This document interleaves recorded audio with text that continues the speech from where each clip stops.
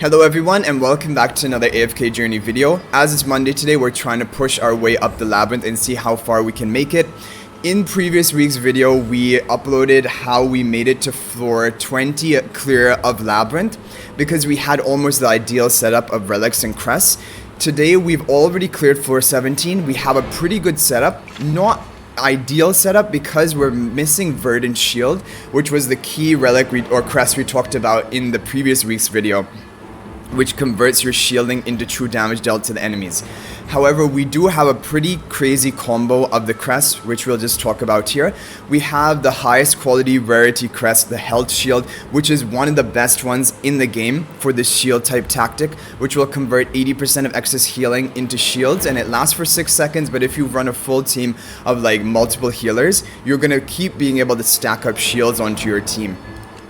And along with that, we have this ability, which is that where is it? Rebound shield. And it's crazy because this is actually the lowest quality of a crest, but when allied hero shields are weakened from attacks, their attackers receive true damage equal to 30% of the lost shield value. So even though we don't have verdant shield, which would be much more optimal for this comp, rebound shield is kind of like a budget version of that. We still have a lot of shield regeneration, and we managed to get some really convincing clears up until now. Let's see how far we can make it. The other crests we have here are not too great, and by the way, the important relics for you to pick up are definitely Sanctuary number 1 and Fortitude number 2. Both of these will offer you a good amount of shield related crests, and each time you get offered the 3 crests, if you don't see a really powerful shield one, you want to refresh it and look for more. And that's what I did. I refreshed multiple times in order to get the crest lineup that we have here. We have some other shield related crests such as Final Block, grants shield equal to 20% of max HP to all allied heroes on the first enemy ultimate cast, but really it is all the health shield and rebound shield doing all of the work in this fight. The other relics here are not too important. I mean, speedy recovery, haste can be kind of okay. Sometimes it'll offer you energy regeneration based crests, which can allow you to cast your shields and heals faster on your final team lineup, but Vanquish is not a useful set. We managed to get Reaping Magic from it, but I mean, Reaping Magic doesn't really change things if you don't have enough shield crest to begin with. So that is a lineup. As for the heroes, I always bring in OD Merrily Corrin because you never know. You just want to at least clear the boss, and the boss sometimes needs a lot of like dedicated damage dealer heroes, and sometimes you just have to burst through with OD Corrin and Merrily. So I bring those 3. Along with that, I just have other forms of support and shielding, and I have the Iron Nuke team, which I use in the earlier floors just to clear quickly up to floor 15. So without further ado, guys, we're going to get into it, but try to pick up as many Sanctuary and Fortitude relics as possible, which are the Vitality and HP ones. That is going to do well for you. Okay, so I'm running this team, basically 4 supports and a tank like Soren. We could even replace Scarlita for Lucius. It might be better. I think it probably would be better. And we're running the Stormcaller spell to get more Vitality, so more value for our shields and heals. And this is pretty much our lineup here. Let's try it out. Oh, the problem with Lucius is then we don't have a factional synergy, but I will try it. Let's see if this is going to work.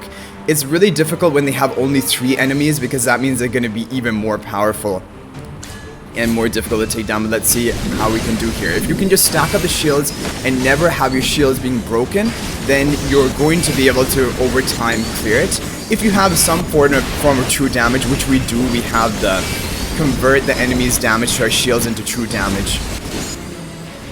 Smokey's damage, it does scale off of enemies' max HP, but it's capped at his attack value, so it isn't going to be that much. And okay, we might not be able to clear this in time because the 30 seconds left, we don't have the verdant shield, and they have too much sustain on their team. So we're gonna have to try something different. Maybe get rid of Haywin and try Odie or something. Get a better factional synergy, maybe still the shielding will be enough. Odie, I mean, he's not helping here because we have... Okay, he's dealing a lot of damage to the Igor. I didn't expect that Odie would be dealing damage. I thought the only way we could kill is through our shield conversion, but I guess if you have enough tankiness, Odie can still kill from the back. We'll have to check the damage contribution of this, but Odie is dealing seemingly a lot of damage. Or if there was any way of like wounding the opponent so that they can't get heals, that would be really valuable here, but I don't know if there's any hero that can do that. And there's no artifact that can do that. Okay, battle. Thorin did a lot. Odie did something. Kind of. I guess the factional synergy just helped us more. And then the Thorin... Oh! Thorin reflected more damage because he actually took damage. When he's completely shielded, he's not going to be reflecting anything. Because he only reflects the damage taken. So you need to, like, cut down the healers a bit. Okay, that was pretty good. 18 clear, 19 and 20 left to go. Let's see what we have here. Okay, I mean, these guys are really tanky Lumont, but should we try again with the same team? And if it doesn't work, then we'll try with our full healer lineup. Let's see, because with the lineup like this, we will have more probably damage reflection from the Thorin. Okay, that's not good. Yeah, it's tough. Without Verdant Shield, it becomes much more difficult, because you just need to out-survive all of what the opponent is throwing at you. I think we're gonna have to do something like this. This is full support with the Stormcaller spell. Can our shields, like, protect us against this? If our shields still can't protect us against the Leica Burst, we're gonna have to try something completely different. Okay. Looks good. They're getting stunned a lot. The Leicas have so little energy. How are they... Is Lucius doing some stunning effect? Okay, we're taking them down. 45 seconds left. They get us a big hit on us right now. I'm fine to lose these two heroes if it means we can clear it though. Because... yeah, Lumont... Okay, we can lose two heroes. It is our two... They are our two key supports, but we get a 19 clear. Should we keep retrying? I mean, what do we have left? We have Lucius... Coco, which are honestly main forms of shields, but no healing. We have no healers left. Because we're not running Rowan or something. I think we're gonna have to keep repeating this stage until we get a better clear, because I don't think I have any resurrection potions. It's gonna have to be this team, but we don't have a synergy, which is the problem. But let's try it again. Let's keep trying it, maybe one time it'll work. It's all about the Leica Burst. Yeah, Leica Burst kills the Smoky. We're gonna have to keep retrying until they don't get a kill on all of our team. Even if one healer is alive, I think maybe it would be enough. And honestly, what we could have done when we cleared 19 with 2 heroes dying, we should have probably just gone through and then just tried our best on floor 20. But the thing is, with good RNG like now, okay, it's still not out of the woods yet. We need to kill the Leicas. If the Leicas don't go down and they get another burst off, we're gonna be in big trouble. They got the burst off, but they go down. We're all alive. Yes, and the hard work pays off.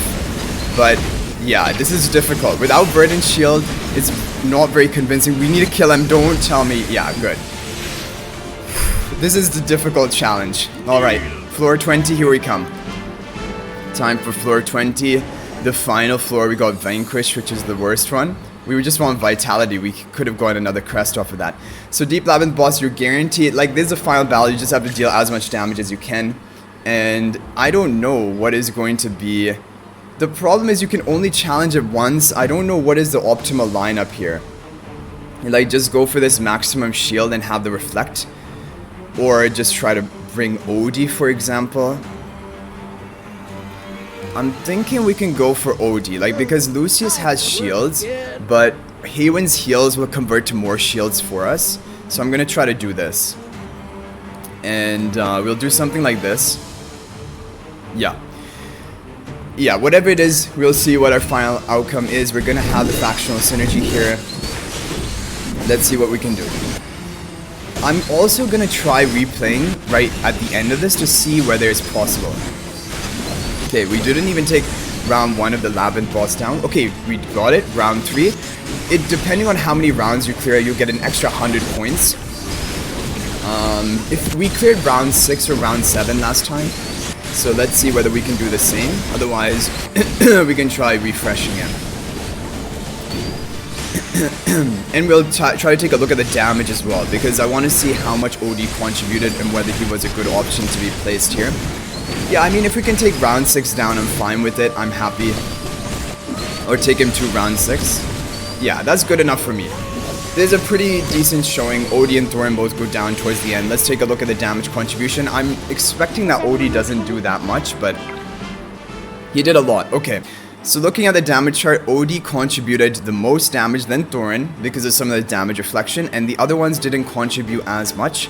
So it looks like we did opt for a pretty good team with Odie against the final boss. Maybe running like Merrily and Corrin along with this would have been better, because Odie did a lot of damage. Maybe Corrin and Merrily could also have done quite a lot of damage. Either way, we get our second ever floor 20 clear, which I'm very proud of. And this time we did it even without the Verdant Shield Crest. But yeah, hopefully this gave you guys some sort of idea about how you can try to clear the higher floors of Labyrinth. You will not always be able to get a high floor clear, and I just followed this strategy. This was our first attempt we did this week, and even if I could only make it to floor 16 or 17, I would have just stopped and not keep reattempting, because I don't think it's worth it to just keep reattempting trying to go for the 20 floor clear unless you enjoy doing that, because like even just getting into clear 16, 17, you're going to be in the top rankings, maybe not top 20, but definitely like top 50. So that's pretty much it for this video. I hope it was helpful. Good luck on your Labyrinth clears, but basically that is a tip that try to get the Vitality and the Fortitude, so Fortitude and Sanctuary relics, because those will unlock the shield related crests, and keep refreshing the shield related crests until you get either Verdant Shield, the key shielding abilities. If it's a really powerful shielding type crest, pick it up, otherwise refresh, and you're only allowed to refresh once each time. But anyway guys, we have our new title, Invincible Reign, because we managed to come first in battle drills, and the new battle drills, which will be coming in 18 days from now, is going to be a new map, and that is going to be exciting. But anyway guys, I hope you enjoyed the video. Thank you for watching. I'll hopefully see you in the next one, and until then, everyone, peace out for now.